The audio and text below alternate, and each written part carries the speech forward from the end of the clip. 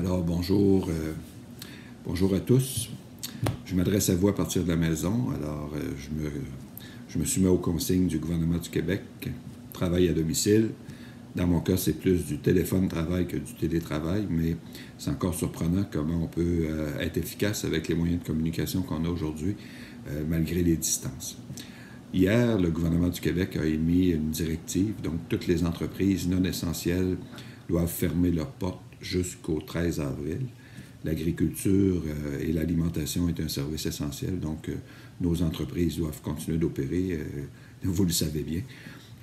Mais aussi toutes les entreprises qui œuvrent en soutien au secteur agricole doivent continuer d'offrir le service. Alors, il y aura peut-être des services réduits, mais ça, c'est très clair là, dans les directives qu'a émis le gouvernement.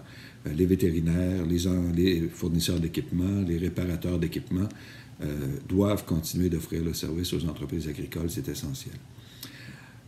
Un service qui n'a pas été retenu dans les services essentiels ou une production, c'est celui de l'horticulture ornementale. C'est malheureux. J'espère que ces producteurs-là vont maintenir quand même la production pour pouvoir offrir des plants et des fleurs lorsque la saison s'y prêtera. Ce secteur-là aura sans doute besoin d'un soutien particulier compte tenu des circonstances. Les producteurs artisans également sont gravement affectés. Vous savez, les producteurs artisans approvisionnent beaucoup le marché de la restauration.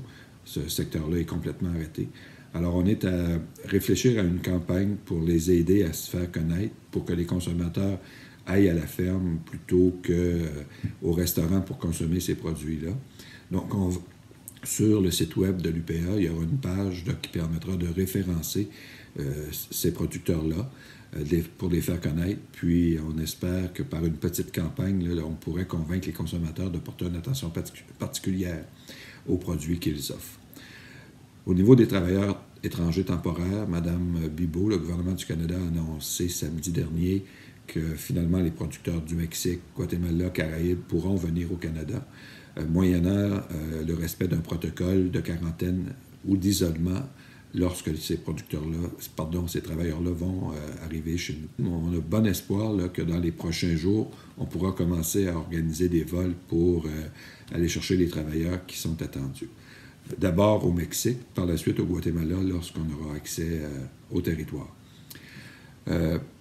Peut-être que tous ces travailleurs-là ne pourront pas venir cette année. On n'a aucune idée là, de quelle façon la saison va évoluer, mais on commence aussi à travailler sur l'accès des travailleurs québécois, des travailleurs locaux. Nos centres d'emploi agricoles vont dresser des listes, monter des listes de travailleurs selon les régions, selon les entreprises.